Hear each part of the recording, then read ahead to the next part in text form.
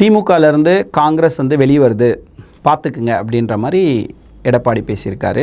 காங்கிரஸ் வந்து அதிமுகவோட கூட்டணி வரப்போதா, என்ன நடக்க போகுது? இல்லை, திமுக கூட்டணி பலத்தை நம்பி தானே அவங்க இவ்வளோ அநியாயங்களை எல்லாத்தையும் பண்ணிகிட்டு இருக்காங்க. அண்ணன் திருமாவளவனாக இருக்கட்டும், காங்கிரஸாக இருக்கட்டும். இப்போ சமீபத்தில் வந்த பராசக்தி படத்தை எடுத்துங்க. என்ன இவங்க கூட்டணி, அந்த படத்தில் யாரை இழிவுபடுத்தி யாரை பெருமைப்படுத்தி பண்ணுறதா அந்த படம் எடுத்தாங்க. இந்த டான் பிக்சர்ஸ் ஆகாஷ்ன்றவர் யாருன்றது செய்தியாளர் உங்களுக்கே தெரியும். அது ஒரு திமுகவுடைய குடும்ப படம். அதில் ஐயா கருணாநிதியை பெருசுப்படுத்தி காட்டணும்னு பல உண்மைக்கு புறமான செய்திகளை கட்டவிழ்த்து அதை விட்டாங்க.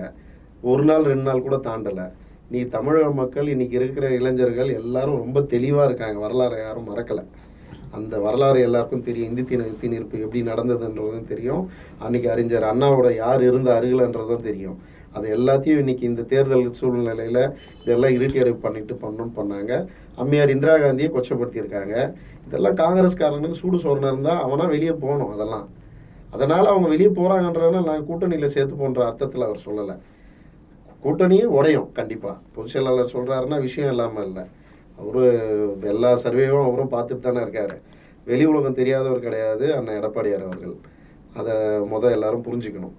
அம்மா இருக்கும்போது எப்படி தொண்டர்கள் மனநிலையும் மக்கள் மனநிலையும் அவங்க அருகில் நின்று பார்த்ததா பாவிச்சு தான் அவங்க ஒவ்வொரு செயல் திட்டமோ தொண்டர்கள்ட்ட அணுகுமுறையாக இருக்குமோ, அது அப்படியே அதுக்கு ஒரு படி மேலே தான் அண்ணன் எடப்பாடியார் அவர்கள் செயல்பட்டு இருக்காங்க.